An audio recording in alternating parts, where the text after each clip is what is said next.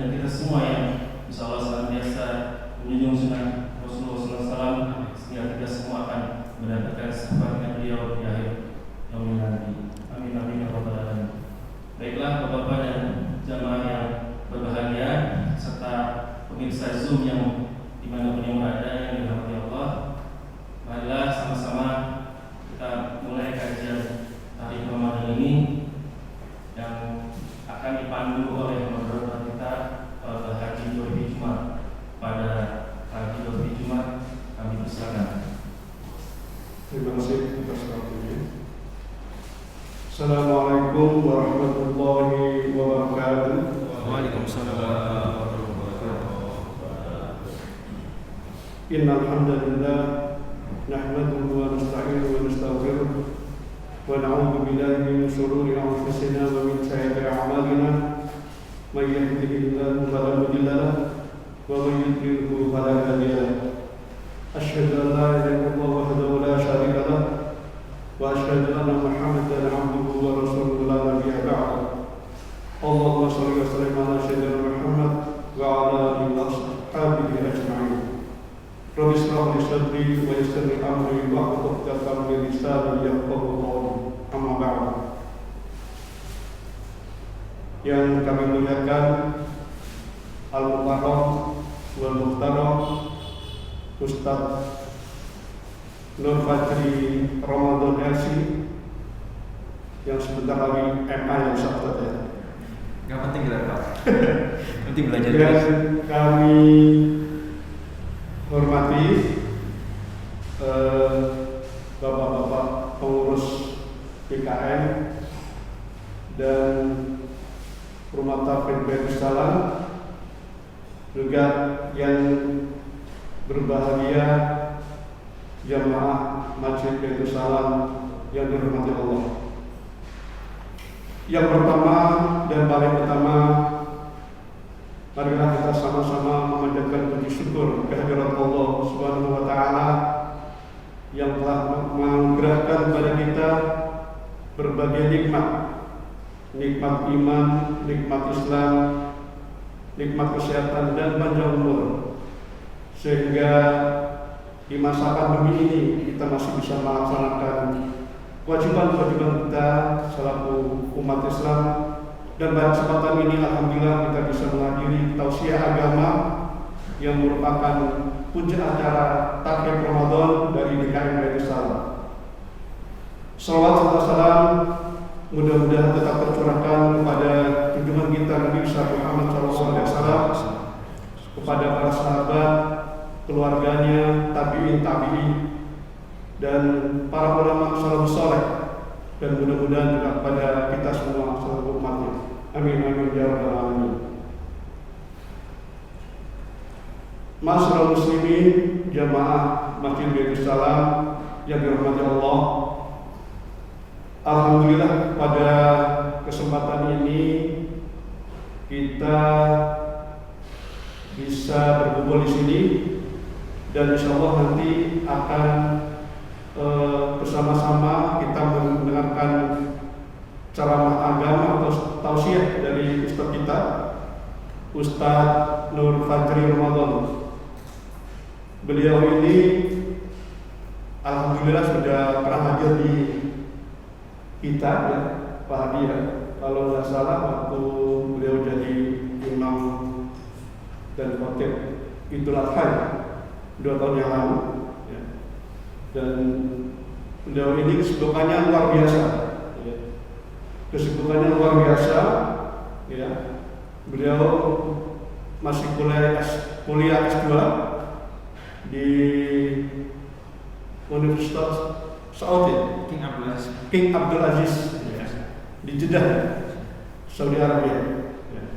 Dan sekarang menjelang Ramadan beliau liburan di Indonesia dan alhamdulillah bisa kita setiap waktunya untuk bersama-sama memberikan pencerahan bagi kita. Kali ini yang akan dibahas oleh beliau tentang ayat-ayat puasa. Saya kira kita semua sudah familiar dengan ayat puasa, terutama surat Al-Baqarah ayat 183. Ya.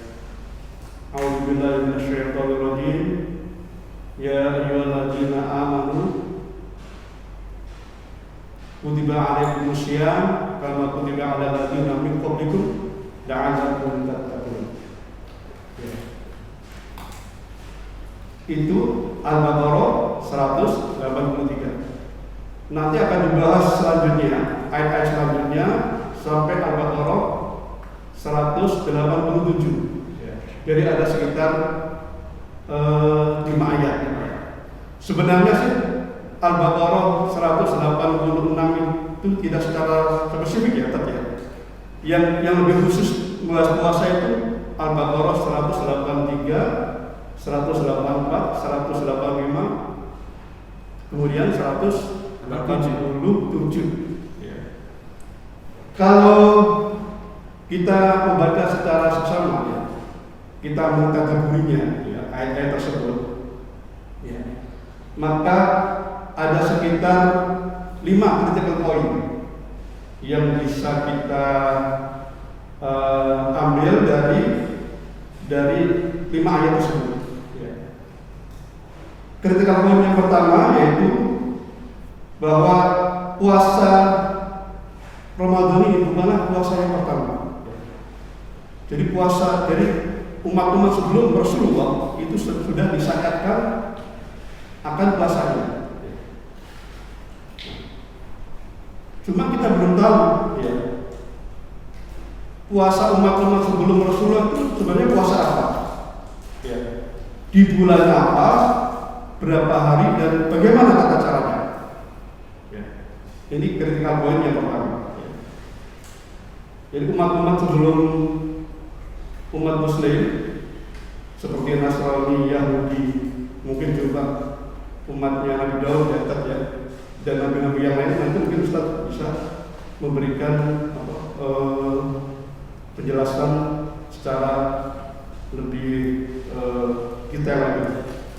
Kemudian yang kedua, bahwa orang sakit atau orang dalam perjalanan atau musafir itu boleh tidak berpuasa. Ketika poinnya yang kedua. Nah, persyaratannya seperti apa? Apakah kalau kita perjalanan hanya dalam jarak yang singkat pendek, kita sudah mendapat rukhsah untuk berbuka puasa, untuk tidak berpuasa, atau bagaimana? Ya, nanti mungkin Ustaz bisa mengupasnya, ya, mengupas secara tuntas atas semacam ini. Kemudian juga critical point yang ketiga tentang orang-orang yang dalam kondisi lemah, yang sudah tua renta atau orang yang sedang dalam sakit yang kronis, itu pun boleh tidak berpuasa, tapi harus membayar fidyah. Ya, harus membayar fidyah. Nah, ukuran fidyahnya seperti apa bagi mereka ini? Ya. Dalam bentuk apa dan berapa banyaknya? Critical point yang ketiga. Kemudian yang keempat, ini tentang bolehnya bagi suami istri untuk bercampur di malam hari, tetapi dilarang di siang hari. Nah, seandainya ada kejadian orang tersebut melakukan hubungan suami istri di siang hari, apa yang harus dia lakukan? Dan apakah perbuatan ini termasuk kategori dosa besar atau tidak? Ketika poin yang pertama. Yang terakhir tentang iktikaf. Iktikaf di dalam masjid. Sebenarnya berapa hari yang disyariatkan, yang disunahkan kita iktikaf itu? Apakah boleh kalau kita hanya beriktikaf 1 hari saja selama bulan Ramadan? Mungkin ini ya beberapa hal yang nanti mungkin akan kupas secara tuntas oleh Ustaz, ya. Dan mungkin nanti biar Ustaz bisa mengelaborasi dengan dengan pandangan-pandangan yang lebih luas lagi. Saya kira itu dulu beberapa hal yang bisa kami sampaikan, ya. Untuk menyingkat waktu, maka kita berikan kepada Ustaz Fatafadhal maskura. Oke. Silakan Bapak. Terima kasih banyak Pak Haji Wafi. Ini saya izin buka masker ya. Oke, saya soal beberapa kali isi pengajian pakai masker diprotes. Jadi awal-awal saya pulang ke Indonesia sempat disuruh khotib Jumat, suruh ceramah. Saya pakai masker. Karena kalau di Saudi syekh itu pakai masker kalau ceramah. Oke, cek. Bismillahirrahmanirrahim. Assalamualaikum warahmatullahi wabarakatuh. Alhamdulillahirabbil alamin wa bihi nasta'inu ala umuri dunya waddin. Wassalatu wassalamu ala asyrafil anbiya'i wal mursalin sayyidina wa nabiyina wa qudwatina Muhammadin wa ala alihi wa sahbihi ajma'in, amma ba'd. Yang saya hormati ketua dan para pengurus DKM Baitul Salam Perumahan Kalibaru Permai, yang saya hormati wabil khusus Saudara atau Bapak Haji Torifi Umar selaku moderator yang ini luar biasa. Untuk moderatornya sudah memberikan kita teaser ya, kalau istilah anak mudanya, pemancing supaya kita lebih penasaran dengan isi pengajian. Dan juga saya sangat apresiasi para hadirin jamaah Masjid Baitul Salam yang tetap antusias hadir offline ataupun hadir online. Dua-duanya kita doakan semoga Allah Subhanahu wa taala limpahkan keberkahan untuk kita semua, untuk perumahan kita, Perumahan Kalibaru Permai. Amin ya rabbal alamin. Baik. Pengajian kita sore hari ini saya sengaja setting agak serius Bapak Ibu sekalian. Itu ya Pak Haji ya. Agak serius, itu kajiannya tafsir. Ya, tafsir, dan langsung saya bawakan tafsir Murrah Labid atau tafsir Al-Munir karya Syekh Nawawi Al-Bantani. Al-Bantani, semoga Allah merahmati beliau, salah seorang ulama besar kebanggaan Indonesia yang menjadi ulama di Mekah, dan julukan beliau di Mekah adalah Sayyid Ulama Hijaz, pimpinannya ulama Mekah Madinah. Jadi ngeri juga nih julukan beliau. Mungkin untuk tentang penulis tafsir nanti bisa di googling, intinya beliau ulama top. Dan karyanya otomatis juga karya yang luar biasa. Tafsir Al-Munir ini tafsir yang banyak dikaji. Saya ingin pengajian tafsir ini tidak hanya terbatas di lingkungan pesantren. Sesekali bolehlah Baitul Salam ngaji kitab, begitu ya. Nah, itu saya sudah bagikan sebetulnya sekitar 6 halaman, sebetulnya 5 halaman lebih sedikit ya.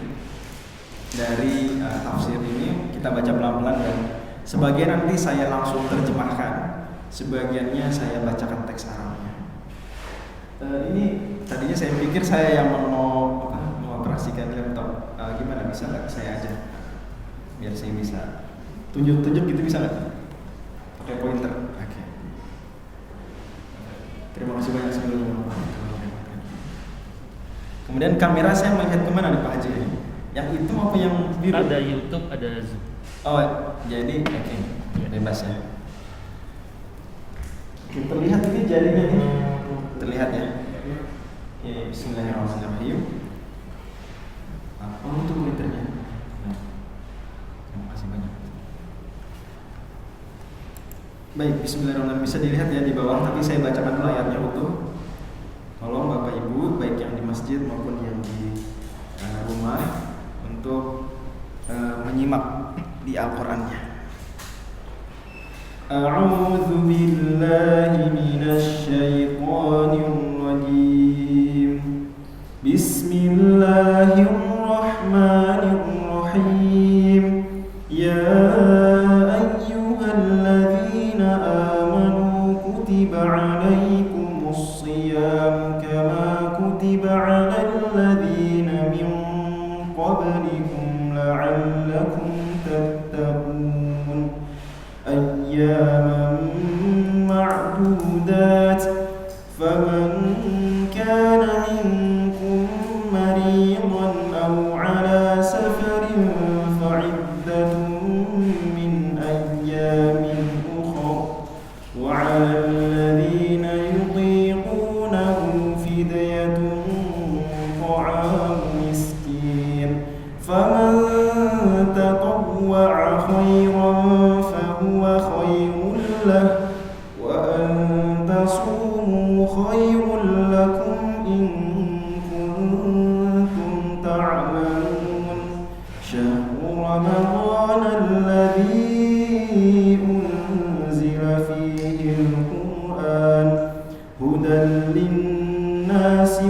بينات من الهدى والفرقان فمن شهد منكم الشهر فليصمه ومن كان مريضا أو على سفر فعدة من أيام أخر يريد الله بكم اليسر ولا يريد بكم العسر ولتكملوا العدة ولتكبروا الله على ما هداكم ولعلكم تشكرون وإذا سألك عبادي عني فإني قريب أجيب دعوة الداع إذا دعان فليستجيبوا لي وليؤمنوا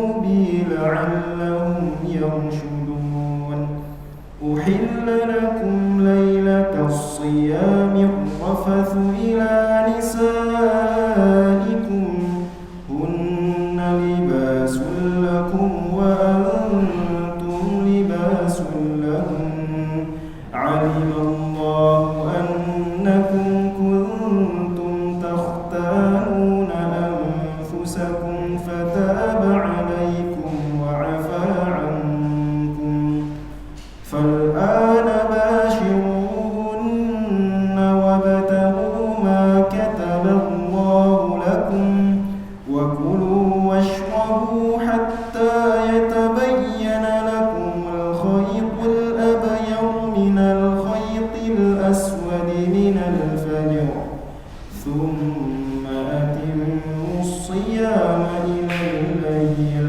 ولا تباشروهن وأنتم عاكفون في المساجد تلك حدود الله فلا تقربوها كذلك يبين الله آياته للناس لعلهم يتقون صدق الله العظيم.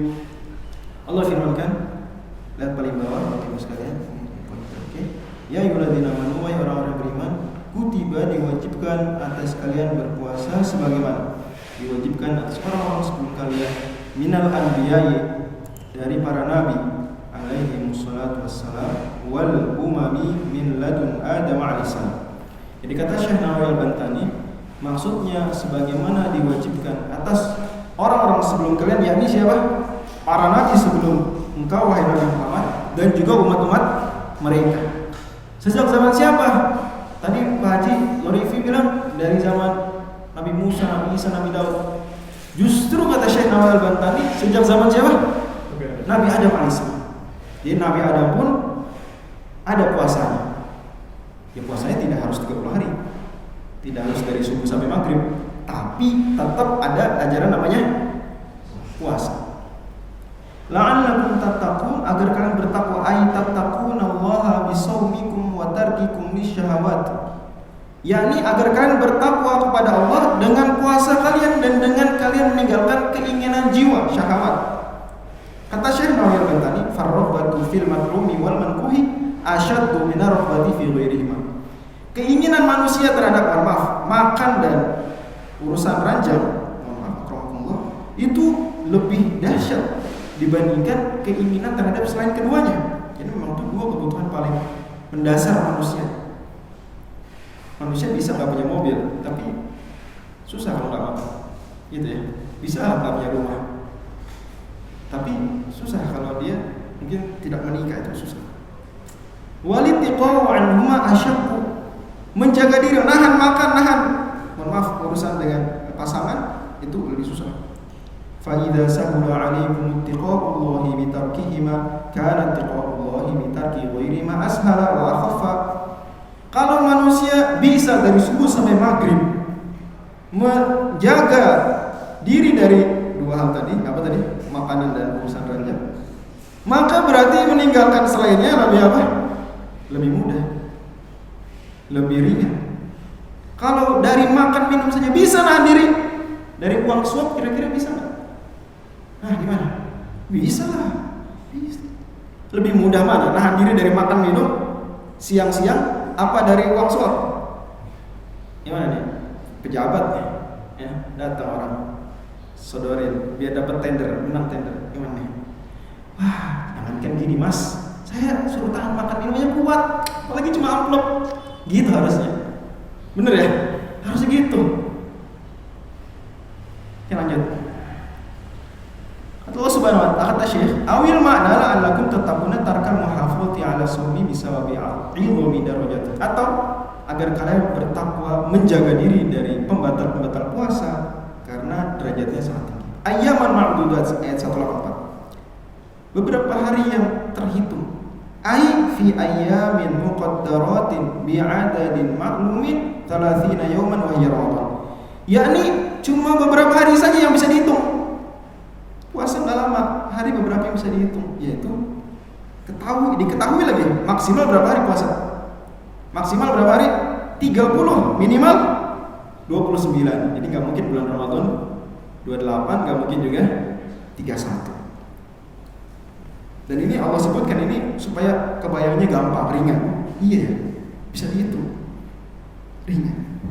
Faman kana minkum maridun, maka barang siapa di antara kalian sakit, maradun, sakit, yadurru shaumu walau fi athna'il yaumi, yang mana sakit tersebut kalau dia puasa malah membahayakan dia, meskipun sakitnya baru ada siang-siang. Contoh, dia pagi-pagi sahur nih, sahur, kemudian jam 9 pagi sakit apa gitu, sampai dia wah kalau puasa tambah parah. Sakit apa misalnya sesak napas, terus dibawa ke Wisma UI gitu ya. Di sini kita kalau Depok, Makarawi, Depok di situ kalau nggak salah ya. Sana. Wah gitu ya. Wah positif pak. Tapi udah sahur gimana dong? Boleh nggak buka puasa? Ya boleh, malah bisa wajib. Karena kata Allah barang siapa sakit, aw ala safarin, atau safar, mustaqiron ala safari qasrin, yaitu safar atau safar qasar. Safarnya safar apa? Safar qasar, perjalanan jauh qasar. Ntar ada penjelasannya berapa kilometer gimana gitu ya, ntar ada insyaallah.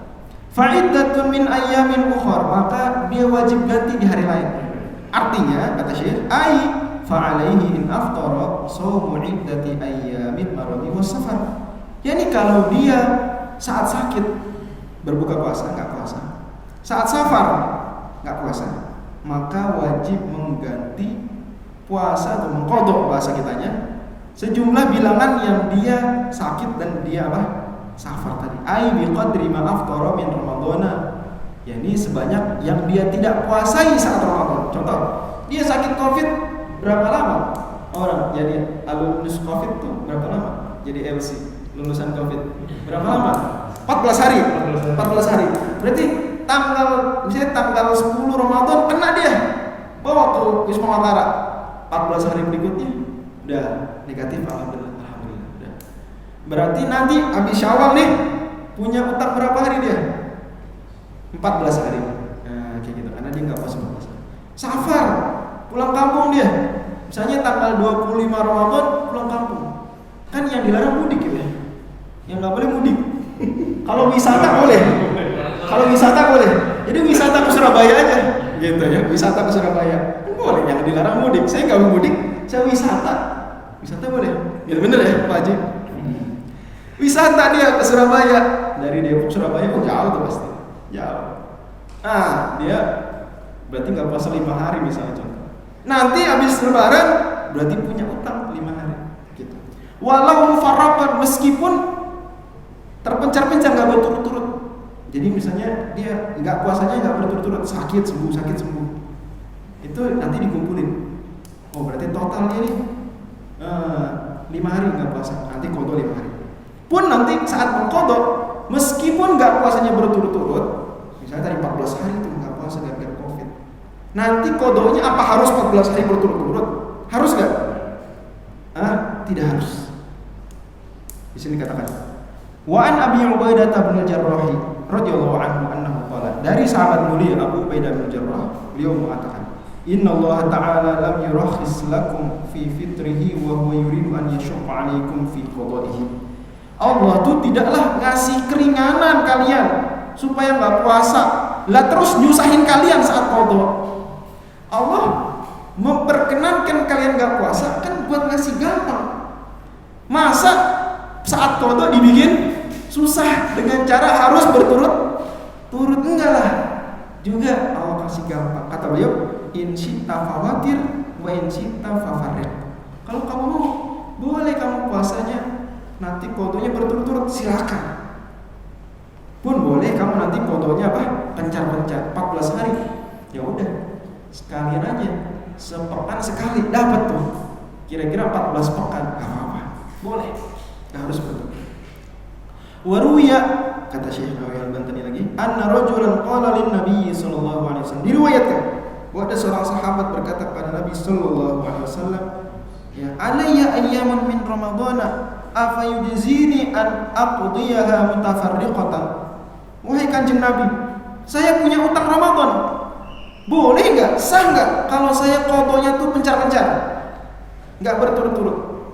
Faqala lahu, maka Nabi bersabda pada beliau, pada dia, ara'aita law kana 'alaika daynun faqadaitahu dirhama wa dirhamaini ama kana yujzika. Wahai sahabat, kalau kamu punya utang, anggap 10 dirham, kamu bayar sebulan 1 dirham, sebulan 2 dirham sampai lunas, bisa enggak? Coba Pak, bisa enggak? Saya punya utang 10 juta, bayar sebulan 1 juta, 11 juta, 10 bulan, bisa enggak tuh? Bisa. Kata sahabat ini, na'am, qala na'am, iya bisa.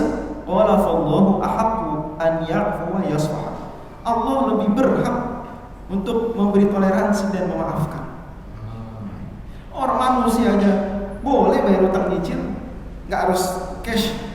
Masa Allah Subhanahu wa taala kodok utang puasa mesti cash? Enggak lah, boleh nyicil juga. Lebih-lebih Allah lebih Maha Penyayang. Kata Syekh Nawawi Al-Bantani lagi, wa anna Aisyah radhiyallahu anha anna Hamzah al-Aslamiyya sa'ala an-nabiy sallallahu alaihi wasallam faqala. Kata Aisyah radhiyallahu anha, sahabat Hamzah al-Aslami pernah bertanya pada Nabi sallallahu alaihi wasallam, faqala ya Rasulullah, hal asumu ala safari? Wahai Rasulullah, apa saya boleh puasa saat pergi jauh? Jadi gini, tadi mudik, ya bukan mudik, wisata ke Surabaya, wisata ke rumah orang tua, bukan mudik, wisata. Wisata ke rumah orang tua 5 hari. Kalau saya udah puasa aja deh. Orang wisatanya naik kereta, adem. Enggak, kalau jalan kaki berat lah. Naik kereta, naik pesawat malah adem. Saya ini deh, tetap puasa. Boleh nggak? Kata Nabi SAW, sum in syita, wa'aftir in syita. Ya kalau kamu mau puasa boleh, silakan. Wa'aftir in syita, kalau kamu nggak mau puasa pun nggak apa-apa. Yang penting kalau nggak puasa mesti apa? Mesti qada. Kalau puasa gimana? Sakit tetap puasa, safar tetap puasa. Harus qada enggak? Enggak harus. Ya, udah puasa. Lanjut. Wa rawa Syafi'i anna Ata'an qala li Ibnu Abbas. Imam Asy-Syafi'i radhiyallahu anhu meriwayatkan bahwa Atha, seorang sahabat tabi'in rahimahullah, qala berkata kepada Ibnu Abbas radhiyallahu anhu, aqsuru ila Arafah. Apa boleh wahai Ibnu Abbas saya qasar salat pergi ke Arafah? Atau ini orang Mekah, dari Mekah ke Arafah. Arafah tuh dekat kampus Ummul Qura. Kalau tahu yang pernah haji tuh tahu, dari Masjidil Haram ke Arafah lumayan, naik bis, karena bisa naik kereta, gitu. Lumayan itu. Kalau naik taksi, seingat saya bayar 30 real. 30 real. Nah tuh, apa itu boleh kosor tuh? Ya kalau naik mobil sekarang cuma setengah jam. Boleh kosor enggak? Kata Ibnu Abbas, faqala la, enggak. Faqala ila Maril Dhahrani, boleh enggak saya kosornya ke tempat Maril Dhahran? Itu udah kosor loh. Faqala la, enggak. Lakin uqsur ila Juddata wa Usfana wa Thaifi. Tapi kamu boleh kosor kalau kamu perginya dari Mekah ke Jeddah atau ke Usfan atau ke Thaif. Nah, ke Jeddah nih. Boleh ke Jeddah. Berapa kilo? Berapa kilo? Kalau naik mobil 40 menit naik mobil. 50 kilo. Coba berapa nih? Cek aja tadi Google Map. Nah, intinya Ibnu Abbas bilang bahwa baru boleh qasar tuh kalau kemana dari Mekah ke Jeddah. Terhadap keterangannya. Qala Malik, berkata Imam Malik, baina Makkah wa Jeddah wa Usfana arba'atu burudin. Imam Malik mengukur dari Mekah ke Jeddah tuh 4 barit. 4 barit itu sama dengan 16 farsakh. Ya, itu nanti banyak sebenarnya, tapi pada akhirnya yang penting dia sekitar 80 km. Berapa? 80 km. Bisa orang Indonesia ngasih jaraknya 83. Kalau bapak-bapak ingat pelajaran agama Islam ke SMA, SMP, 83 km. 83 km. Nah, berarti kalau jarak segitu baru boleh qashar, baru boleh nggak puasa. Berarti patokannya jarak, apa waktu, apa capek? Patokannya apa berarti? Kira-kira Pak? Berarti patokan bolehnya nggak puasa tuh apakah jarak, ataukah tempo perjalanan, waktu, ataukah capeknya? Cek. Mati. Enggak. Tes. Cek. Dengeran nggak? Kenapa? Cek. Apa patokannya kira-kira apa nih? Jadi speaker luar kayaknya. Cek. Lebih ke jarak. Jarak berarti. Patokannya jarak berarti. Bukan waktu. Makanya kata Imam Nawawi, kalau orang safar pakai perahu, anginnya kencang banget, ngebut. Ya. Itu tetap boleh apa? Boleh qashar, tetap boleh buka puasa. Kalau zaman sekarang Imam Nawawi belum punya pesawat, belum ngelihat pesawat. Kalau sekarang berarti kalau naik pesawat, coba cepetan mana? Naik motor dari Kalibaru Permai ke mana? Ke Bojongsari, ke Parung, naik motor hari Sabtu siang nih jam segini. Cepetan mana? Apa dari Bandara Soekarno-Hatta ke Bandara Kuala Lumpur? Cepetan mana? Mungkin cepetan ke Kuala Lumpur bisa jadi. Gitu. Wah, makin Kalibaru Permai, Bojongsari. Wah, itu udah macet nih. Jangankan di Sawangan, di apa nih? Masjid Baitur Rahman aja udah macet sebelum The Besto. Macet. Berarti patokannya bukan waktu. Jadi meskipun ngebut, tetap aja boleh dia qashar, boleh nggak puasa. Patokannya bukan capek berarti. Jadi capek mana Pak? Dari Jakarta Cengkareng ya, Bandara Soekarno-Hatta ke Kuala Lumpur naik pesawat, apa dari Kalibaru Permai ke Bojongsari? Capean mana kira-kira? Naik motor? Capean mana? Naik motor sendiri dari sini ke Bojongsari. Nah, capean mana? Apa dari sini ke Bojongsari lebih capek daripada dari Cengkareng ke Kuala Lumpur? Ya kayaknya capean dari sini ke Bojongsari. Oh, panas, macet, nikung apa tuh? Mending tuh kalau naik motor bisa cepet. Kalau naik mobil gimana? Ada naik mobil sampai maghrib, berangkat asar sampai maghrib. Lu cepetan ke Kuala Lumpur, entengan ke Kuala Lumpur. Tapi boleh nggak?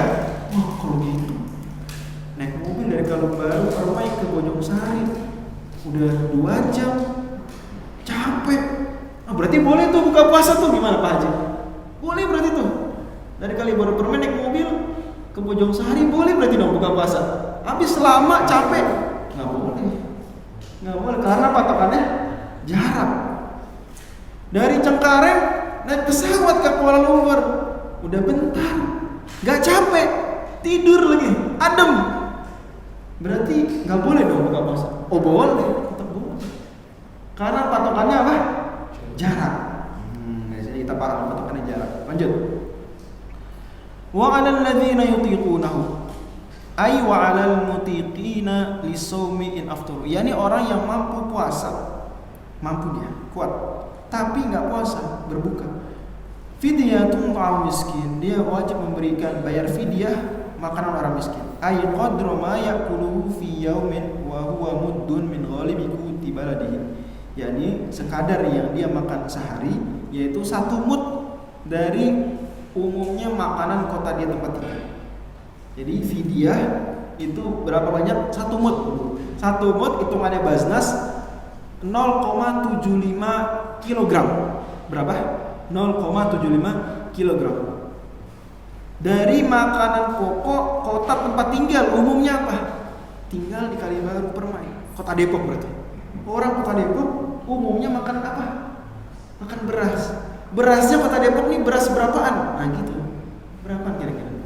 Nanti lihat Basnas Kota Depok nih gimana. Biasanya kasih selebaran. Nah itu dilihat.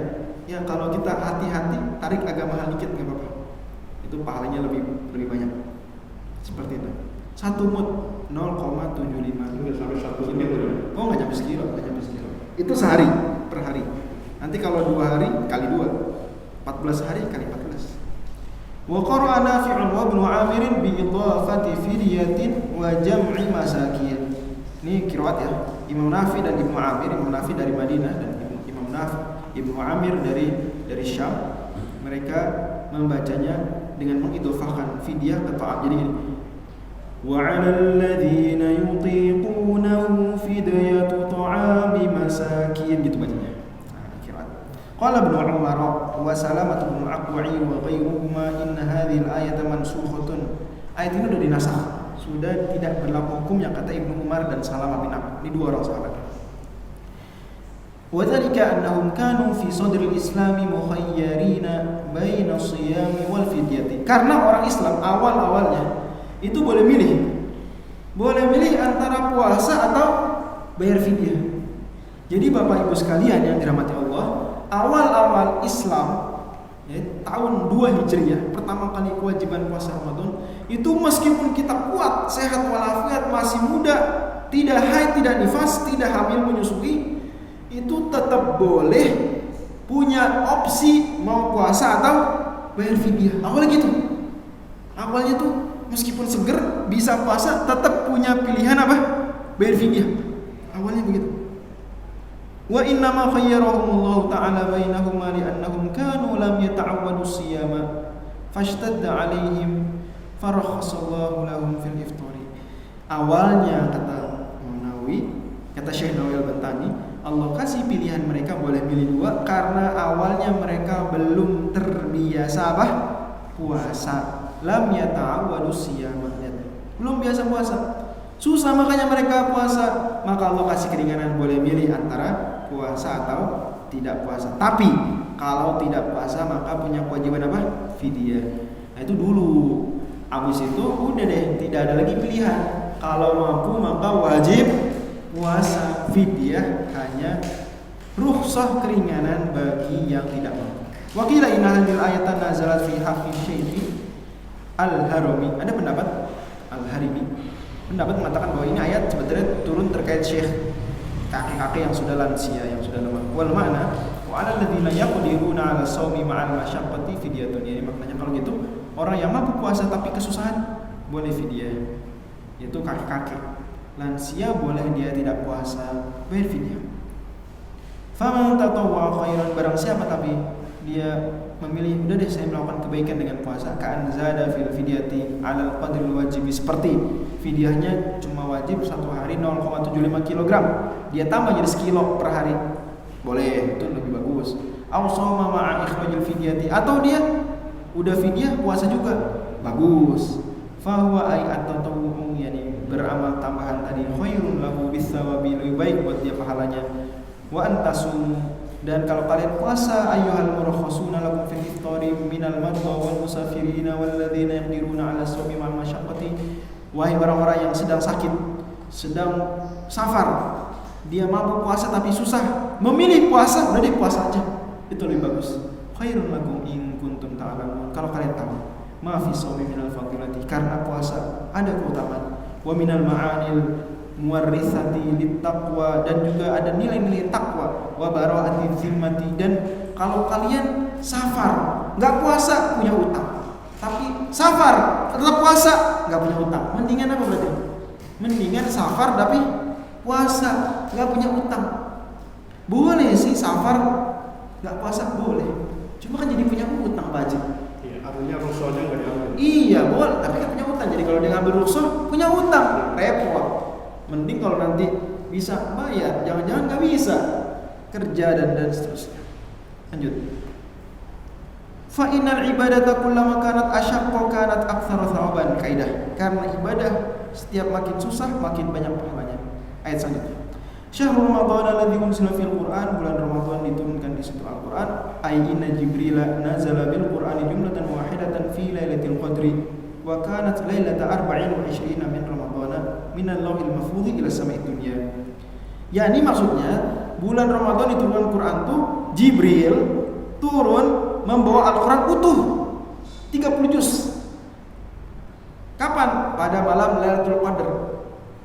Yaitu Lailatul Qadar saat itu tahun tersebut adalah malam 24 dari bulan Ramadan. Turun dari mana? Turun dari Lauhul Mahfuz kemana? Ke langit dunia. Dari Lauhul Mahfuz ke langit dunia. Jadi Quran turunnya itu pertama Allah berfirman. Kemudian malaikat menuliskan Al-Quran di mana? Lauhul Mahfuz. Nah kemudian nih pada malam tersebut Jibril bulan Ramadan malam 24 membawa dari Lauhul Mahfuz kemana? Ke langit dunia, langit pertama. Belum ke dunia, belum, masih ke langit, belum. Itu utuh. Nanti baru dari langit ke dunia turun ke Nabi Muhammad SAW nyicil. Jadi Quran turun pertama kali apa? Utuh 30 juz. Dari mana? Dari Lauhul Mahfuz di langit 7 ke Baitul Izzah di langit pertama. Utuh 30 juz. Habis itu baru Jibril nurunin ke Nabi Muhammad SAW nyicil selama berapa tahun? 22 tahun kurang lebih 22 tahun lebih. Ini 22 bulan, 22 hari gitu kalau di buku agama Islam. Ini 22 sampai 23 tahun. Lanjut. Fa'amlahu Jibril wa ala sufri fakatabuhu fi suhufin. Jibril mendiktekan ke malaikat pencatat. Fakatabuhu fi suhufin. Mereka tulis langit dunia ditulis di satu lembaran di langit dunia. Wa kanat tilka suhufu fi mahallin min tilka samai yusamma Baitul Izzati. Quran 30 juz tersebut disimpan di langit dunia, langit pertama yang disebut tempatnya Baitul Izzah.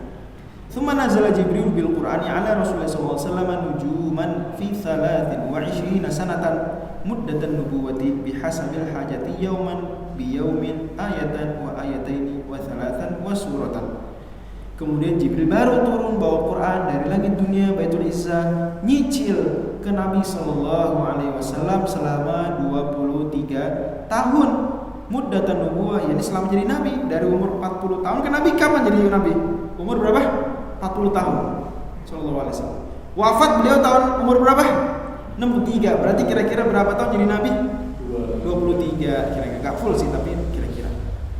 Biasa bil hajati sesuai kebutuhan. Sehari, 2 hari turun, seayat, 2 ayat, 3 ayat, 1 surat gitu. Nyicil. Hudan linnasi sebagai petunjuk bagi manusia. Ai bayanan linnasi minal dhalalati, penjelasan bagi manusia dari kesesatan. Wa bayyinatin minal huda, penjelasan dari petunjuk lagi. Ai wadhihatin min amrid dini, yakni yang jelas dalam urusan agama. Nah, ini keterangan ini jarang ditemukan tafsir. Tolong perhatian. Fal hudal awwalu mahmulun, ini ada salah ketik, ini mahmudun salah. Mahmulun ala usulid dini. Di sini kan ada 2 kata huda, coba perhatian Bapak-bapak sekalian.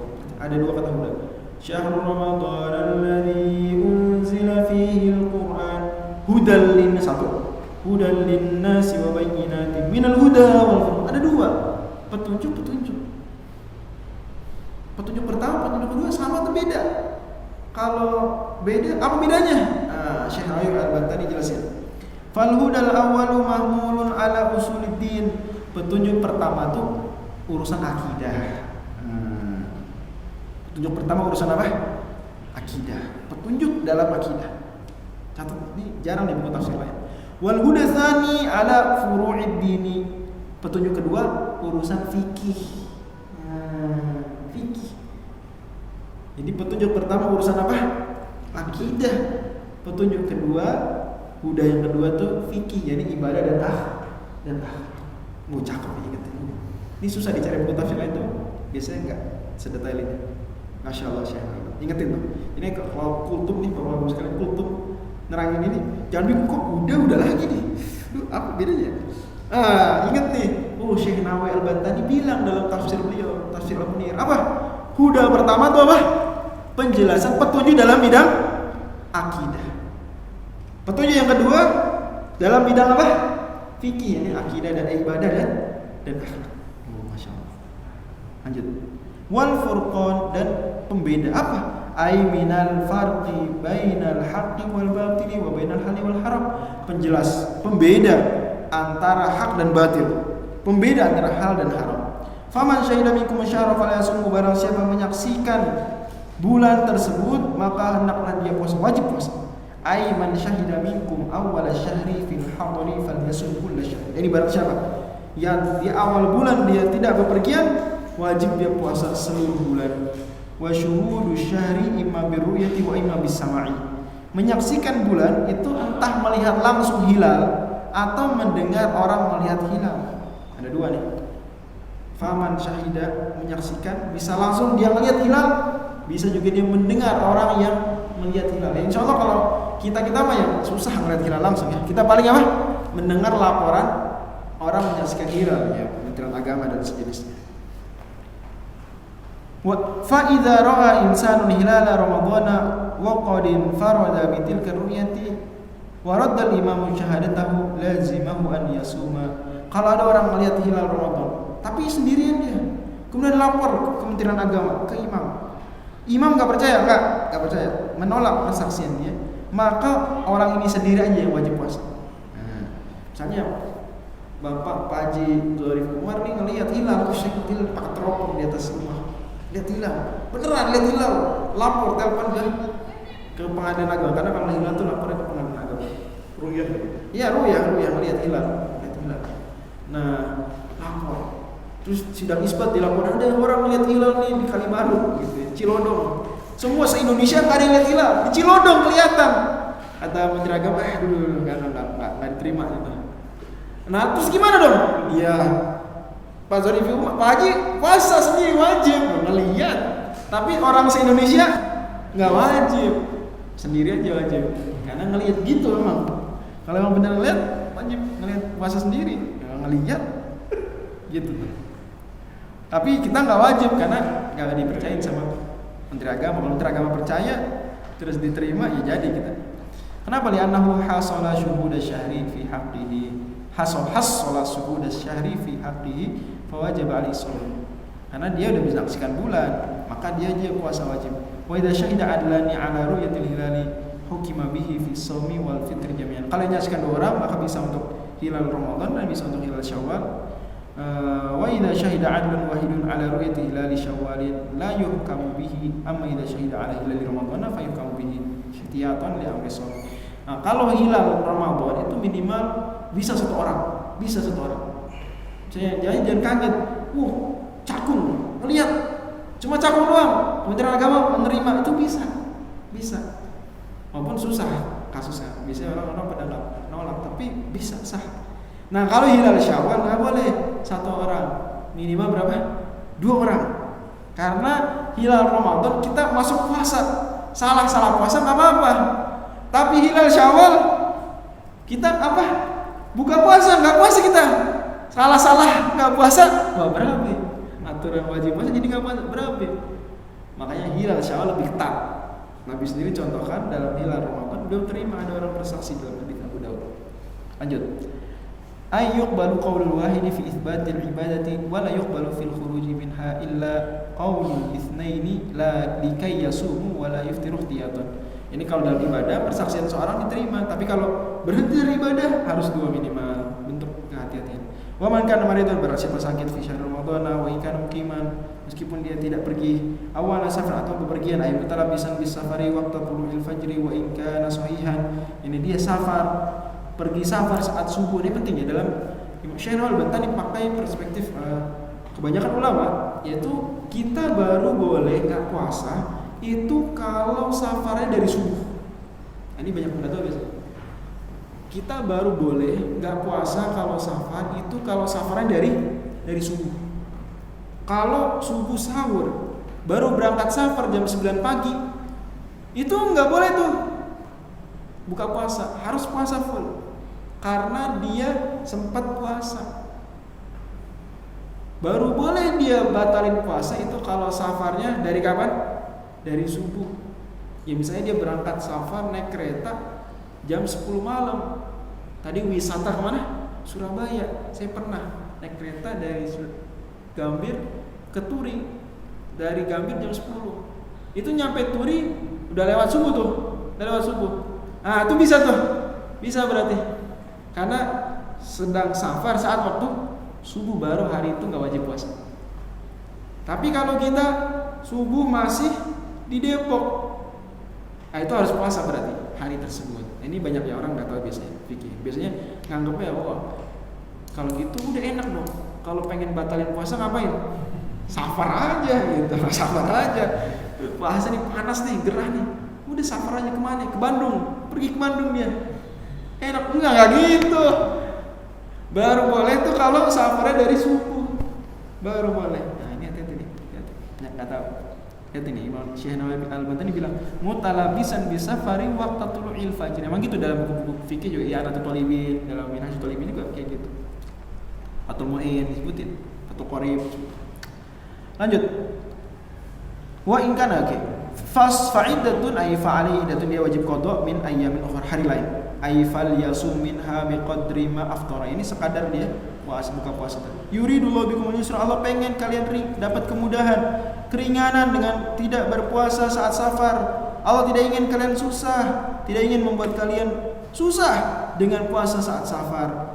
Dan seharusnya kalian menyempurnakan bilangan puasa, ailikai tasumu fil hadari iddata ma aftartum fi safari. Kalian qada nanti, sempurnakan, jangan dikurangin. Wa qara Abu Bakrin an Asim, Imam Syu'bah Abu Bakar ya, teman kita Hafiz an Asim, membacanya bi fathil kafi wa tasydidil mim, baca gini, walitukammilul iddah. Ada qiraat gitu baca, qiraat Syu'bah, riwayat Syu'bah. Ini agar kalian sempurnakan bilangan puasa, walitukabbirullaha ala ma hadakum, yakni kalian bertakbir saat selesai Ramadan, takbiran. Nah, ini dalil takbiran. Begitu selesai Ramadan, malamnya malam 1 Syawal, ngapain? Takbiran. Dalilnya mana? Walitukabbirullaha ala ma hadakum, atas apa yang Allah telah beri hidayah bimbingan kalian ila hadi taati, melakukan taat puasa ini. Qala Ibnu Abbas berkata, haqqun 'alal muslimina idza ra'aw hilal syawalin an yukabbiru. Haruslah orang Islam melihat hilal Syawal takbiran. Wa qala Syafi'i wa uhibbu idhar takbiri fil idaini. Kata Imam Syafi'i, aku suka takbir dikencengin saat Idul Fitri dan Idul Adha. Jadi kencengin, pakai mic enggak apa-apa. Wa bihi qala Malikun wa Ahmad wa Ishaq wa Abu Yusuf wa Muhammad. Dan itu pendapat ulama-ulama yang disebutkan tadi. Wa la'allakum tashkurun, agar kalian bersyukur atas keringanan dari Allah. Qala al-Farra'u qawlu ta'ala wa litukmilul iddata illatan aw illatun lil amri bi mura'atil iddati. Wa qawlu ta'ala wa litukabbirullaha illatu ma 'allamakumullahu min kaifiyatil qada. Ini Al-Farra, salah seorang penafsir, mengatakan kalian sempurnakan bilangan hari, yakni kalian perhatikan, hitung, jangan lupa berapa hari enggak puasa, hitung, jangan kagak. Jangan kira-kira, hitung beneran, serius. Ya, utang manusia jadi dihitung serius, apalagi utang sama Allah. Adapun takbir maka itu sebagai bentuk syukur Allah telah menjelaskan cara puasa. Wa qalu ta'ala wa la'allakum tashkurun illatut tashil, ini adalah alasan Allah memberikan keringanan agar kalian bersyukur. Ayat berikutnya.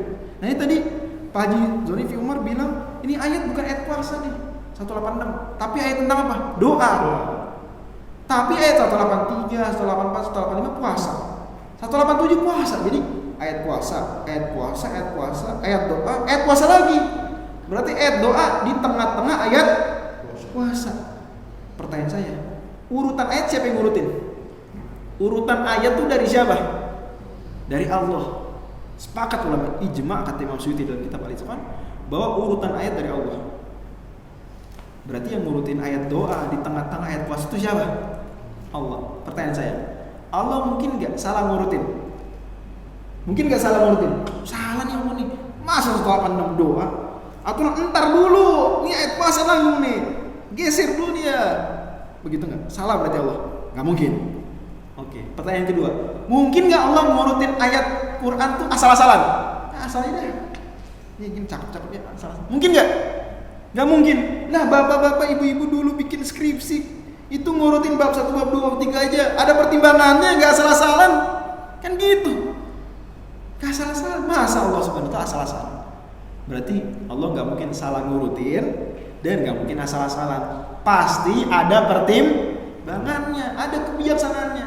Kira-kira nih, ya, coba pikir, jawab yang di Zoom dan yang di masjid. Apa hikmahnya? Jawab ya, pikirin. Apa hikmahnya kok ayat doa di tengah-tengah rangkaian ayat puasa? Gimana Pak Haji? Dalam puasa Ramadan kita harus memperbanyak berdoa. Masya Allah, betul banget. Ya ini harusnya bulan Ramadan diisi dengan apa? Dengan banyak doa. Makanya Masya Allah kata Nabi SAW, hadis riwayat Tirmidzi, 3 orang doanya mustajab. Di antaranya orang yang berpuasa hatta yuftir, wasaimu hatta yuftir. Orang puasa sampai berbuka. Isi dengan doa. Jangan isi dengan Facebookan aja. Boleh Facebook, nggak haram, tapi ya diisinya Facebook mulu. Kalau bapak Facebook, kalau anak muda Instagram mulu. Anak muda lagi yang nggak benar, ya mungkin apa tuh aplikasi lain ya, bukan nggak benar lagi. Lain cerita. Gitu, ini lupa doa, mau buka puasa, update status dulu. Mau buka puasa bersama. Lah, aturan mau buka puasa ngapain? Doa. Ya saya nggak bilang haram update status, nggak haram. Cuma ya jangan sampai bikin lalai dari apa? Dari doa. Mau buka puasa doa, sahur, wah sahur lagi nih. Itu sahur bukannya sepertiga malam terakhir.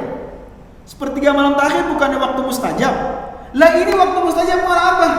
Malah nonton dangdut, nonton apa? Nonton YouTube, nonton lawak. Ya, aturan mah doa. Sahur doa. Mumpung sahur sampai sahur, ya Allah, berikan kemudahan saya dalam bekerja, ya Allah. Didik anak saya supaya dia mau sholat, ya Allah. Gitu. Jadi memang, jadi kenapa hikmahnya ditempatin ayat doa tengah-tengah ayat puasa, biar kita banyak doa saat puasa, dan juga isyarat bahwa Ramadan tuh bulan doa tuh mustajab, terutama Lailatul Qadar. Lanjut. Jadi nggak salah ngurutin, nggak salah. Lanjut. Wa idza sa'alaka ibadi ay'an qurbi wa bu'di. Yani kalau hamba aku bertanya padaku, jawab dekat, fa inni qarib, jawablah aku dekat. Ai faqul lahum ya asyrafal khalqi, wahai makhluk yang paling mulia Nabi Muhammad SAW, katakan kepada umatmu, aku ini dekat dari mereka. Bil ilmi wal ijabah, dekat dengan pengetahuan, dekat dengan pengabulan doa, itu maksudnya. Jadi Allah dekat dengan kita dalam apa? Dalam pengetahuan, Allah mengetahui kita, dan dalam pengabulan doa. Aku mengabulkan doa orang yang berdoa kalau dia berdoa. Ilal muradu minad du'ai atau batu anif dunubi li anna ta'iba yadullah ta'ala 'inda taubati. Ada yang berpendapat maksudnya doa di sini tobat. Dan memang bulan Ramadan bulan apa? Maghfirah, ampunan, tobat. Jadi jangan lupa juga, jangan doa dunia terus. Doa itu apa? Minta ampunan, tobat. Wa ijabatu du'ai wa qabulu taubati, dan pengabulan doa maksudnya menerima tobat. Wa qila al-muradu min ad-du'ai al-ibadah. Ada juga pendapat doa ini mesti ibadah. Ini suruh ibadah, bulan Ramadan banyak ibadah. Qala sallallahu alaihi wasallam ad-du'a wal ibadah. Nabi bersabda, hadis Muslim, doa adalah ibadah. Wa mimma yadullu ala dzalika qaulu ta'ala wa qala rabbukum ud'uni astajib lakum. Innal ladzina yastakbiruna 'an ibadati sayadkhuluna jahannama dakhirin. Surat Ghafir ayat 40. Allah Subhanahu berfirman, berkata Rabbmu, berdoa padaku niscaya aku akan kabulkan. Sungguh orang yang sombong dari beribadah kepadamu akan masuk neraka terhina. Berarti doa itu ibadah. Wa qarabu amrin wa qalunun an nafi'in ad-da'i idza da'ani. Ya dari qiraat bacanya pakai ya. Ujibu da'watad da'i idza da'ani, ada gitu baca. Wa mimma, lanjut lagi dengan bi isbatil yang pakai ya. Wal baquna bi hadzini qiraatnya, ada juga yang bacanya dengan ya kalau wasal dan waqaf. Ada yang kalau waqaf aja, ada yang tidak baca sama sekali. Fal yastajibu linaklah dia bersegera fal yanqadu ili wal yastaslimu li, naklah dia tunduk nurut sama aku. Jadi kata Allah, kalau mau dikabulin doa, nurut sama aku. Wal yu'minu bi, beriman padaku. Kata Syekh Nawal Bantani, ya dulu ala anna al-'abda la yasilu ila nuril imani wa quwwatihi illa bi taqaddumi ta'ati wal ibadat. Kata Syekh ini kayak catat nih. Seorang hamba tidak akan kuat imannya sebelum banyak melakukan ketaatan. Jadi baru kita sampai kuat iman kalau banyak taat. Ramadan banyak taat makanya, insya Allah iman kuat. Tapi kalau taatnya kurang, iman lemah. Coba aja, sehari gak baca Quran, lemah iman tuh. Sehari ya sedekah, iman lemah. Sehari aja sholatnya di rumah, lemah iman tuh. Taat Sehari aja bikin dosa, iman lemah. Jadi iman tuh lemah dengan tidak melakukan ketaatan, apalagi dengan dosa. La'allahum yarshudun, ay mudah-mudahan yahtadun, mereka mendapatkan hidayah terkait dengan masalah agama mereka, dunia mereka, kalau mereka menuruti perintahku, beriman padaku. Sebab nuzul ayat ini, kata beliau, kata Syekh Al-Albani, bahwa ada seorang Arab Badui datang ke Nabi SAW dan mengatakan, apakah Tuhan kita dekat sehingga kita berdoa bisik-bisik, atau jauh kita doanya teriak-teriak? Maka Allah menurunkan ayat ini. Dan diriwayatkan dari kota dan selain beliau bahwa para sahabat mengatakan, bagaimana kita berdoa kepada Allah, wahai Rasulullah, apakah dengan bisik-bisik ataukah dengan teriak-teriak? Maka Allah turunkan ayat ini. Berkata Atha dan selain Atha, mereka bertanya pada Nabi SAW, kapan waktu kita seharusnya doa? Maka Allah turunkan ayat ini. Jadi ada beberapa versi sebab nuzul. Waqala Hasan, berkata Hasan Al-Basri, para sahabat Nabi bertanya, di mana Rabb kita? Kemudian Allah turunkan ayat ini. Berkata Ibnu Abbas, para Yahudi di Madinah bertanya, wahai Muhammad, gimana caranya Tuhan kamu mendengar doa kita? Turun ayat ini. Jadi ini beberapa versi sebab nuzul. Ayat berikutnya terakhir. Dihalalkan buat kalian pada malam-malam Ramadan ar-rafathu ila nisaikum. Ya, berhubungan, mohon maaf, akramakumullah, suami istri. Ay al-mujama'atu ma'a nisaikum, yani dihalalkan buat kalian bersama istri kalian gitu. Berkata para tafsir, kana fi awali syariat Muhammad SAW idza aftara as-shaim halal lahu al-aklu wasyurbu wal wiqa'u bi syarti alla yanama wa la yusalli isya al-akhirat. Kata para ulama, awal Islam itu kalau udah buka puasa itu boleh makan, boleh minum, boleh apa? Mohon maaf, dengan suami istri dengan syarat belum tidur. Nah, gitu. Ini dulu gitu. Awal-awal aturannya tuh kalau udah maghrib nih buka puasa. Kalau tidur, dia buka puasa, terus jam 10 tidur. Jam 2 malam bangun. Itu enggak boleh makan. Enggak boleh makan. Jadi puas-puasin makan sebelum tidur. Terus kalau udah sholat isya nggak boleh makan. Jadi buka puasa bentar, cuma dari maghrib sampai isya. Kalau udah sholat isya atau udah tidur nggak boleh makan lagi sampai besok buka puasa lagi maghrib. Awalnya gitu. Ini riwayat yang dikatakan. Fa idza fa'ala ahaduhuma bi annama aw shala isya'a haruma 'alaihi hadhil asya'. Kalau dia udah melakukan salah satunya tidur atau sholat isya, maka haram atas dia perbuatan tadi ilal lailatul qabila sampai maghrib berikutnya. Fawaqa Umar bin Al-Khattab ahlahu ba'da sholat isya. Umar bin Khattab ya maaf, ya berhubungan dengan istrinya habis sholat isya. Nah, falamma tasala akhadha yabki, setelah dia mandi junub nangis, wa yalumu nafsahu. Dia bilang, Umar kamu gimana sih? Dia mencela diri sendiri. Kemudian dia datang ke Nabi SAW, minta maaf Nabi, minta maaf saya gimana. Kemudian ada juga orang-orang sama, Nabi juga saya gimana nih semalam, ya jadi pada nggak mau, berat juga tuh. Kemudian fanazat hadil ayatu nasikhatan li tilka syariati, maka turun ayat ini, yaitu kalau malam dari maghrib sampai subuh lagi itu boleh semua. Jadi aturannya sekarang maghrib nih udah boleh makan, boleh minum. Sampai kapan? Bukan sampai tidur, bukan sampai isya, tapi sampai subuh lagi, sampai ya kalau kita sampai fajar, subuh. Imsaknya hati-hati ya. Imsak itu apa? Hati-hati aja. Nah, gitu ya. Lanjut. Atau Allah Subhanahu wa taala hunna libasul lakum wa antum libasul lahun. Istri-istri kalian adalah pakaian buat kalian. Kalian pakaian buat istri kalian.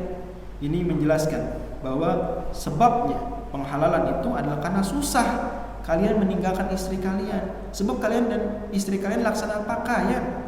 Susah, enggak dipakai baju susah. Allah tahu bahwa kalian tuh mengkhianati diri kalian dengan melanggar aturan Allah. Maka Allah Subhanahu wa taala kemudian memberi keringanan, menerima tobat kalian, memaafkan kalian, wa'afa ankum, menghapus dosa kalian. Umar dan sahabat-sahabat yang melanggar tadi dihapus. Fal'ana, maka sekarang silakan berhubungan suami istri di malam hari. Ya meskipun sudah tidur, meskipun sudah sholat isya. Dan carilah apa yang telah Allah takdirkan buat kalian, yakni carilah dengan hubungan tersebut apa? Keturunan. Carilah dengan hubungan tersebut menjaga kehormatan, menjaga hawa nafsu agar tidak jatuh pada yang haram. Berkata Imam Syafi'i, ini terkait azl ya, jadi terkait mengeluarkan sperma di luar. Nah, itu hukumnya ulama bilang tidak sampai haram, tapi kalau ini harus diizin ke istri, dan tidak mengapa dia kalau diizinkan oleh istri melakukan hal tersebut. Dan makanlah dan minumlah mulai dari maghrib sampai subuh hatta yatabayyana lakum al-khaytul abyad minal khaytil aswad, sampai jelas benang putih dari benang hitam, yakni jelas fajar dari malam. Kemudian sempurnakanlah puasa sampai maghrib malam berikutnya. Wala tubashiruhum, dan janganlah kalian mesra-mesraan dengan istri kalian sementara kalian sedang itikaf di masjid. Enggak boleh. Jadi mesra-mesraan dengan istri saat itikaf enggak boleh. Enggak boleh. Bini itikaf ini taqrubillah taala. Tilka hududullah, itu adalah batasan Allah. Fala taqrabuha ay fala taqrabul ismata, jangan deket-deketin yang dilarang sama Allah Subhanahu wa taala.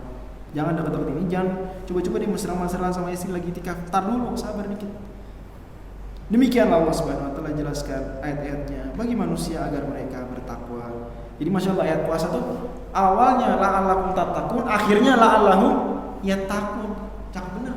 183 la'allakum tattaqun, agar kalian bertakwa. Ayat 187 la'allahum yattaqun, agar manusia bertakwa. Masya Allah. Malah kalau kita lihat lagi ayat 182 itu tentang ampunan. Ya, tentang apa? Amran faman khafa min musin janahan aw ithman fa asla bainahu fal ithman innallaha ghafurur rahim. Allah Subhanahu wa taala maafkan. Dan ayat 188 tentang larangan makan harta haram. Jadi memang puasa ini agar kita tobat, dan puasa melatih kita agar tidak makan yang haram. Itu barangkali ada waktu beberapa menit untuk kemudian kita diskusi. Itu barangkali ya pengalaman dikit kita ngaji kitab apa nih, Tafsir Al-Munir. Kayak gitu caranya, walaupun saya tadi di akhir agak singkat-singkat karena waktu mungkin membatasi kita. Terima kasih banyak Bapak Ibu sekalian sudah mau sabar mendengarkan omongan Al-Fakir. Mudah-mudahan bermanfaat dan bisa menjadi amal soleh kelak. Amin ya rabbal alamin. Silakan Pak Haji. Terima kasih Ustaz atas paparannya, presentasi tentang aksi ayat puasa yang surat Al-Baqarah ayat 183. Menarik apa yang sudah disampaikan oleh Ustaz Nur Fajri pada kesempatan sore ini. Ya. Beliau menjelaskan dengan referensi Tafsir Al-Munir karangan dari ulama besar kita Syekh Nawawi Al-Badali yang keturunan kita ya, Indonesia ya. Beliau menjadi ulama besar ya di sana di Timur Tengah, dan karya-karya beliau sangat banyak dan alhamdulillah abadi ya, bisa dimanfaatkan sampai hari ini. Dan kita jarang sekali ya mendengarkan paparan dari Tafsir Al-Munir ini, dan mungkin baru kali ini ya Ustaz Fajri ini yang bisa dibagi kita. Oke, masih ada waktu ya, sekitar berapa? 10 menit ya, 10 menit atau 15 menit ya. Ya.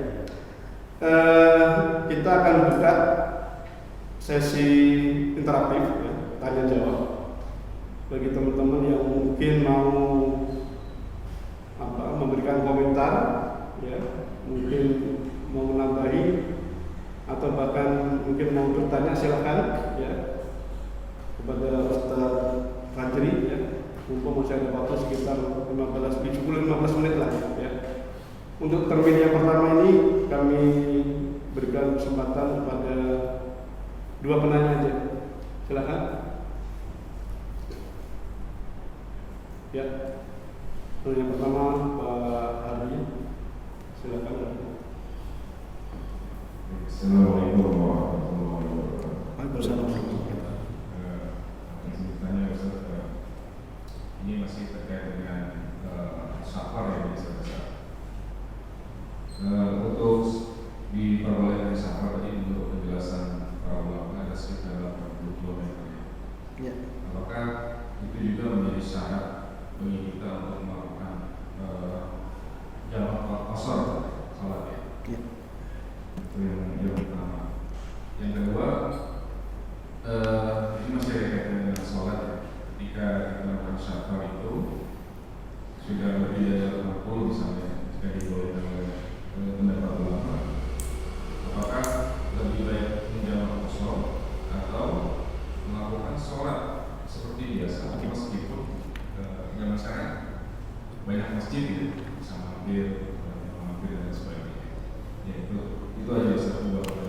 langsung saya jawab ya.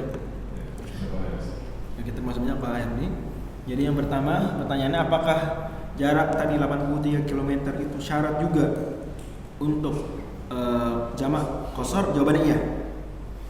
Untuk jamak qashar ketika sudah safar sejarak itu sudah boleh jamak qashar. Untuk qashar memang cuma safar satu-satunya yang membolehkan. Kalau jamak ada kasus lain selain safar yang membolehkan untuk jamak. Seperti kalau hujan itu ada kasus jamak. Seperti kalau kondisi sempit banget, sapam misalnya harus jaga dia bisa jamak, ada kasus tertentu. Tapi memang kalau udah safar 83 km sudah boleh jamak qashar. Jelas ya. Sekarang mana lebih afdol, jamak qashar atau sholat normal aja? Jawabannya dirinci. Dalam kasus jamak lebih afdol nggak jamak. Dalam kasus jamak lebih afdol nggak jamak. Ini sholat di masing-masing waktu. Dalam kasus qashar lebih afdol qashar. Lebih afdol sholatnya 2 rakaat. Gitu ya. Jadi jamak qashar. Kalau safar mana yang lebih afdol? Lebih afdol. Kalau qashar lebih afdol apa? Lebih afdol qashar. Kalau jamak lebih afdol tidak jamak. Demikian penjelasannya. Jelas, bisa paham nggak? Jadi kalau kita safar nih, boleh-boleh aja tuh. Udah 83 km nih, 80 km dari sini ke Sukabumi misalnya. Dari sini ke Sukabumi. Oke. Boleh aja kita, nanti aja sholatnya. Udah maghrib lewat tuh, ntar isya aja. Jamak takdim, jamak takhir, ntar aja. Terus sholat isyanya 2 rakaat. Boleh gitu, nggak apa-apa. Tapi lebih afdol sebetulnya tidak jamak. Pun qashar atau nggak qashar, boleh juga sholat utuh 4 rakaat boleh. Tapi lebih afdol sholatnya 2 rakaat. Gitu, jelas ya. Jadi jamak qashar seperti itu. Wallahu a'lam. Mudah-mudahan jelas. Silakan yang lain. Yang lain masih ada? Atau yang di Zoom barangkali ada yang Ya. tanya? Yang biasa bertanya di Zoom lagi gitu moderasi. Gitu. Mbak Haji nih saya sekarang di sana kita terus Pak. Alhamdulillah kalau nggak ada pertanyaan bisa ditutup berarti. Ya, Pak Yudi, silakan. Waalaikumsalam. Waalaikumsalam. Kita ada Ustaz menyambung dari pertanyaan Pak Adi tadi, kalau kontennya kita Pak ya komuter tinggal di satu Jabodetabek. dan biasa terjadi kan khususnya untuk sholat maghrib isya. Nah kalau kita mau memilih untuk tetap sholat waktunya yang maghrib, nah itu kan kita kalau untuk penumpang kereta itu kan kondisi musola di sekitar stasiun itu kan mungkin dari kepolisian dan sebagainya. Nah atas pertimbangan itu apakah memilih untuk sudah jamakkan di kondisi yang berat ya. Ini terkait dengan menjamak sholat. Ini kalau kasusnya seperti tadi, dengar ya para pendengar yang lain, dengar ya, saya ulang lagi. Jadi apakah boleh orang yang kerja di Jakarta, rumah di Depok misalnya, sering naik kereta maghrib gitu ya, boleh nggak sholat maghrib ntar aja nyampe baru maghrib baru isya, berarti jamak takhir. Ini ditanyakan ke banyak kiai juga, banyak ulama juga di Indonesia. Jawaban mereka boleh kalau sesekali. Dia udah berusaha nih, aduh ini kali ini aja nih, ternyata keretanya tertahan sinyal masuk stasiun Manggarai gitu ya. Kereta tertahan di sinyal masuk, kan gitu sih. Aturan nih bisa nih sholat di Manggarai nih, cuma kereta Anda tertahan di sinyal masuk stasiun Manggarai. Wah ngaret 20 menit. Sementara tahu sendiri komuter lain nggak bisa sholat di situ. Kayak gitu ya. Anis sekali-kali. Tapi kalau memang jadi rutinitas dia selalu jamak takhir nggak boleh. Karena ini bukan uzur. Solusinya gimana ya? Berarti solusinya Anda sholat di Manggarai. Gitu. Gak apa-apa telat dikit nggak apa-apa. Bilang istri saya, sayang aku sholat dulu ya di Manggarai. Insya Allah boleh. Boleh. Gitu. Atau sholat dulu di kantor, baru kemudian jalan. Jadi isya tuh nggak apa-apa antar-antaran. Karena isya waktunya sampai kapan isya? Ya memang ada khilaf ulama, tapi pendapat mazhab Syafi'i sampai subuh. Waktu isya tuh sampai subuh. Jadi maghrib aja memang strict dia. Sempit kira-kira 1 jam waktunya. Tapi kalau isya bisa antar-antaran. Makanya maghrib dulu nih, benar-benar ditekankan maghrib tuh nggak boleh lewat dari waktunya. Jelas ya. Jadi, tapi kalau sekali-kali tadi tertahan di luar dugaan kita lah, itu boleh. Kalau di luar dugaan kita tidak mengapa. Tapi kalau kita udah memperkirakan memang sengaja diakhirkan, maka tidak diperkenankan. Demikian itu. Dan kalau masalah tadi stasiun tidak bersih dan seterusnya, kayaknya stasiun sekarang bagus-bagus. Manggarai itu udah diprotes oleh ada petisi. Dulu Manggarai itu ampun-ampun, padahal stasiun mungkin terpenting se-Indonesia tuh. Artinya untuk komuter lain itu mungkin terpenting gitu. Tapi dulu parah tuh musolanya. Alhamdulillah diprotes, ada petisi terkenal tahun berapa ya, 2015 atau 2016. Jadi bagus kan. Juga musola-musola di stasiun-stasiun lain bagus, di Gambir. Malah sampai-sampai ada musola dadakan ya. Saya langsung kagum dengan orang Depok Lama tuh. Masya Allah. Senang saya lihat Depok Lama kalau subuh. Ada yang suka nggak sholat subuhnya di Depok Lama? Gimana Pak Haji? Bukan ya, rocker. Sudah lama. Bukan rombongan kereta. Pak Yudi tahu ya di Depok Lama gimana kalau subuh? Itu dia bikin musola dadakan pakai di extend musolanya gitu pakai karpet itu, masya Allah. Dulu kecil musola. Iya, emang sampai sekarang dia masih kecil ya. Saya juga terakhir kemarin ngecek di mana. Tapi udah ada jalan apa tuh? Ya pokoknya udah bagusan lah, beda sedikit gitu ya dari waktu saya ke Saudi. Jadi alhamdulillah sekarang masjid terbagus dan kita alhamdulillah juga Covid mengajari kita bawa sejadah. Jadi bawa sejadah aja. Wudunya dari kantor bawa sejadah. Insya Allah bisa. Kita tahu ya di negara-negara lain itu orang biasa kok sholat tidak di tempat yang normal, dia bawa sejadah. Ya di Saudi itu sering tuh lihat. Di Pakistan kayak gitu juga, di Eropa kayak gitu normal. Karena memang ju'ilat liyal ardu masjidan wa tahura, hadis Bukhari Muslim. Kata Nabi, seluruh bumi ya dijadikan masjid untuk, kecuali 7 tempat aja, kuburan, kamar mandi, ya tempat yang ada kotor-kotor itu baru. Tapi kalau stasiun alhamdulillah bersih, kita pakai sejadah. Sholat sendiri nggak apa-apa, sholat tidak harus berjamaah menurut pendapat mayoritas ulama. Jadi boleh sholat sendiri nggak apa-apa, sholat sendiri lebih baik sholat sendiri daripada sholat keluar waktu gitu ya. Mendingan sholat sendiri daripada sholat di luar waktu, itu sepakat loh ulama kalian gitu. Demikian Pak Yudi mudah-mudahan bisa menjawab. Jadi jawabannya boleh kalau sesekali tidak diduga, ya seperti tadi tertahan sinyal masuk stasiun Manggarai atau sejenisnya. Tapi kalau jadi rencana rutinitas tidak boleh jamak akhir. Wallahu a'lam bishawab. Itu barangkali cukup mungkin ya. 17.30. Untuk termin pertama saya kira sudah ya. Mungkin kita buka termin yang kedua untuk 2 penanya lagi. Ya, Pak Yeni, Ketua DKM kita, silakan Pak Yeni. Assalamualaikum warahmatullahi wabarakatuh. Waalaikumsalam. Ada yang mau saya tanyakan terkait dengan Islam. Jadi kan puasa itu suatu hal yang melekat dalam diri seorang muslim. Ya. Puasa, sholat, zakat, kemudian juga syahadat itu jadi bagian yang melekat.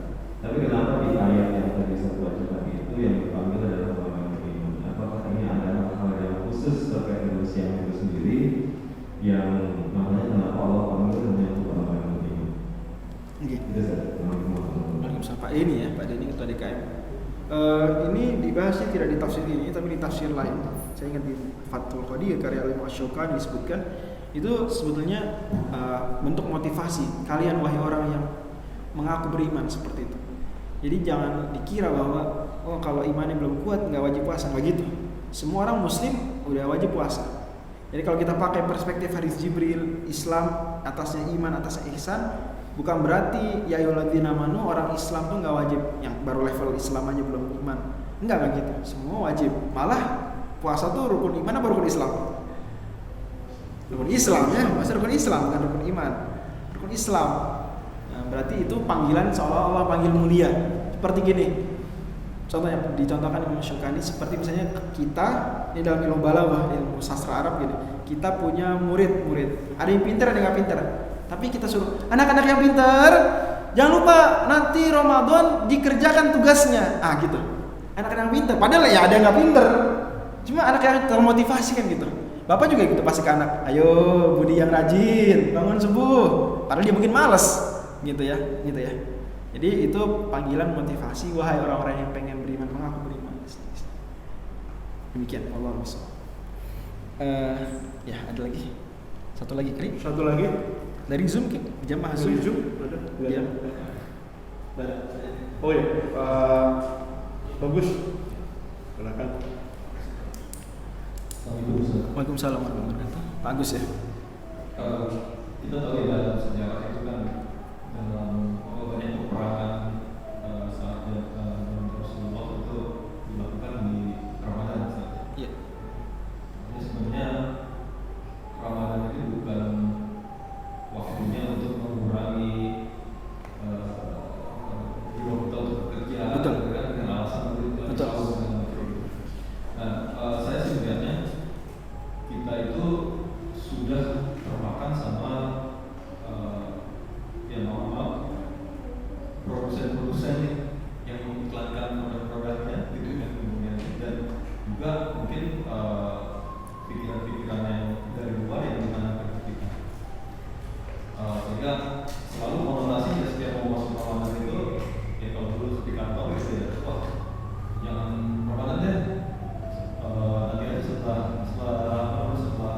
Oke. Lebaran misalnya Ya. kalau ada kegiatan-kegiatan besar gitu. Kalau Allah udah jadi hambatan. Nah, ini kan sebenarnya harusnya kita nih yang membalikan mindset itu gitu. Nah, mungkin dari Ustaz ada tips bagaimana untuk diri sendiri, untuk teman, untuk orang lain, ada anak, keluarga supaya kita bisa tadi membalikan mindset yang sudah tertanam banyak di masyarakat itu bahwa Ramadan ini bulan untuk santai-santai karena kita puasa sebenarnya. Oke, baik. Perang Badar itu di bulan Ramadan, perang Khandaq ya juga di bulan Ramadan, perang Ahzab. Dan ini dua perang besar sebenarnya, perang Badar, perang pertama besar melawan musyrikin, dan perang Khandaq perang terakhir melawan musyrikin Mekah. Setelah itu udah nggak lawan mereka lagi. Ini dua-dua di bulan Ramadan. Dan banyak peristiwa-peristiwa di bulan Ramadan seperti pembebasan Baitul Maqdis, pembebasan Al-Quds oleh Salahuddin Al-Ayyubi, juga penaklukan India, penaklukan Andalusia, itu di bulan Ramadan semuanya. Saya pernah nyampaikan ini di salah satu ceramah tentang kejadian-kejadian besar perang di bulan Ramadan. Jadi betul bulan Ramadan bulan produktivitas. Makanya jangan dianggap bulan lemah. Tapi tetap kita akui bahwa Nabi sendiri pun dalam kasus perang Badar mengizinkan atau sahabat semuanya nggak puasa. 17 Ramadan tuh sahabat semuanya nggak puasa kecuali Rasul dan Abdullah bin Rawaha. Jadi juga kita tidak boleh berlebihan juga menganggap kalau gitu Ramadan nggak boleh malas-malasan, nggak boleh lemah, harus giat. Lah sahabat sendiri justru dikasih keringanan apa? Nggak puasa. Jadi memang ada titik-titik manusiawi, Pun yang saya pahami peringanan beberapa aktivitas seperti sekolah, kerja di bulan Ramadan nampaknya bukan sekadar karena lemes, nampaknya. Ya itu mungkin, tapi sepertinya agar lebih dimaksimalkan ibadah. Andai pun memang pola pikirnya karena lemes ya, karena lemes maka jam kerja dikurangin, karena lemes maka sekolah libur contoh misalnya, maka jangan kayak gitu kita. Justru kita manfaatkan ini dikurangin jam kerja biar tilawah, bukan buat tidur. Ini diliburin sekolah biar apa? Ngaji, bukan biar main Instagram, YouTuber, enggak. Jadi sepertinya kita juga harus proporsional di sini, mengakui bahwa Ramadan pada akhirnya adalah di sisi-sisi kita tidak sefit biasanya. Itu kita akui, nggak boleh kita negasikan. Di saat yang sama juga kita yakini bahwa Ramadan ini seharusnya tidak malas-malasan. Toh juga ternyata bulan luar biasa perjuangan. Tapi kita maksimalkan untuk ibadah. Jadi barangkali mengurangi jam kerja itu dalam rangka biar ibadah, bukan biar malas-malasan. Cuma memang kenyataannya kalau bulan Ramadan tuh habis sholat zuhur banyak yang tidur di mana? Di kantor sih beberapa kali datang siang-siang ke beberapa kantor, wah ternyata malah pada malas-malasan. Nah, ini jadi bikin image jelek Islam kan. Jadi mungkin non muslim benci tuh sama Ramadan mungkin kali gitu ya. Gara-gara kalau bulan Ramadan nih kantor jadi menurun kinerjanya. Harusnya jangan gitu, bikin malu Islam. Jangan, apalagi kalau bos-bosnya tuh bukan muslim kan dia jadi ngeliatnya apa nih Islam nih. Harusnya jangan kayak gitu ya. Tapi tidak disalahkan mengurangi beberapa aktivitas bukan untuk malas-malasan tapi untuk apa? Beribadah. Juga kan ada buka puasa, ada tarawih, mungkin gitu pertimbangannya. Jadi kita husnuzonnya seperti itu dengan tetap jangan tunjukkan kemalasan. Itu barangkali Pak Agus ya, Pak Agus yang bertanya. Pak Bagus. Ya. Pak Bagus yang bertanya, mohon maaf kalau ada yang kurang berkenan. Silakan Pak Haji di dua termin sudah kita lewati dengan 4 pertanyaan ya, dan waktunya. Ada lagi ya? Nah, cukup. Ada satu lagi. Sebenarnya saya mau tanya juga, tapi nanti aja kita mau fokus di luar. Oke, Pak Haji dulu. Singkat aja. Iya. Perintah puasa itu turun di berapa? Tahun 2. Puasa zakat tahun 2. Tahun 2 Hijriah. Tahun 2 Hijriah. Tahun 2 Hijriah.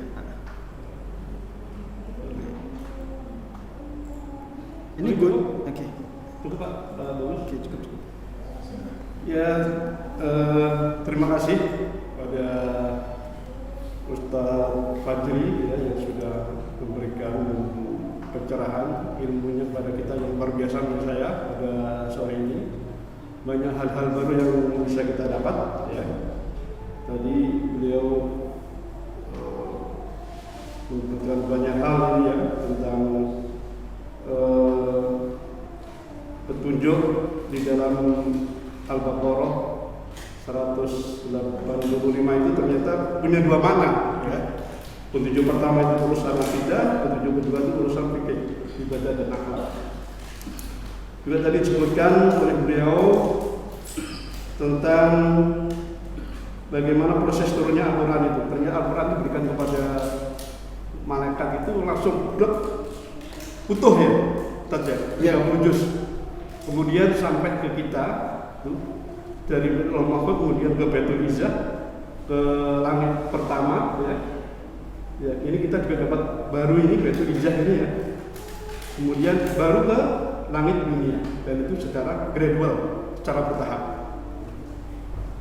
Kemudian juga tadi disebutkan bahwa meskipun di bulan puasa ini kita mendapat banyak rukhsah, keringanan-keringanan ya.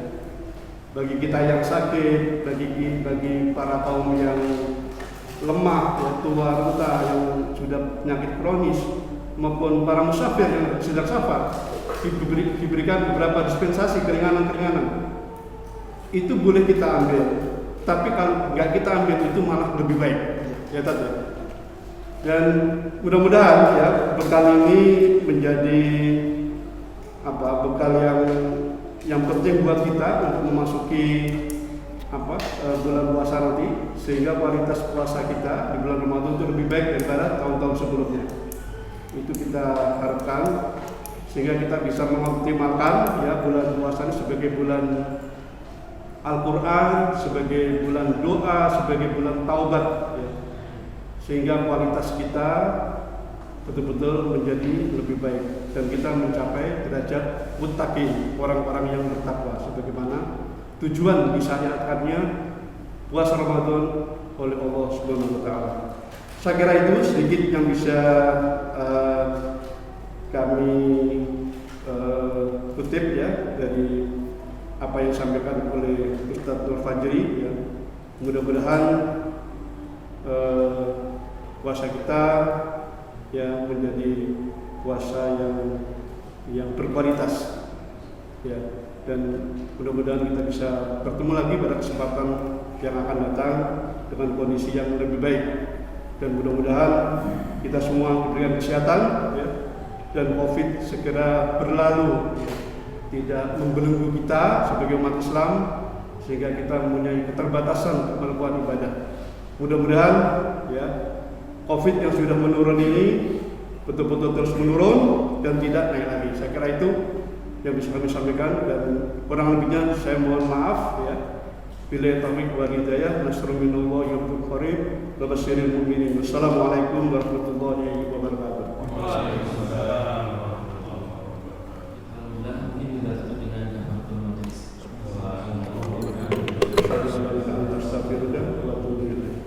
Assalamualaikum warahmatullahi wabarakatuh. Maksudnya lanjut break. Habis ya. Terima kasih.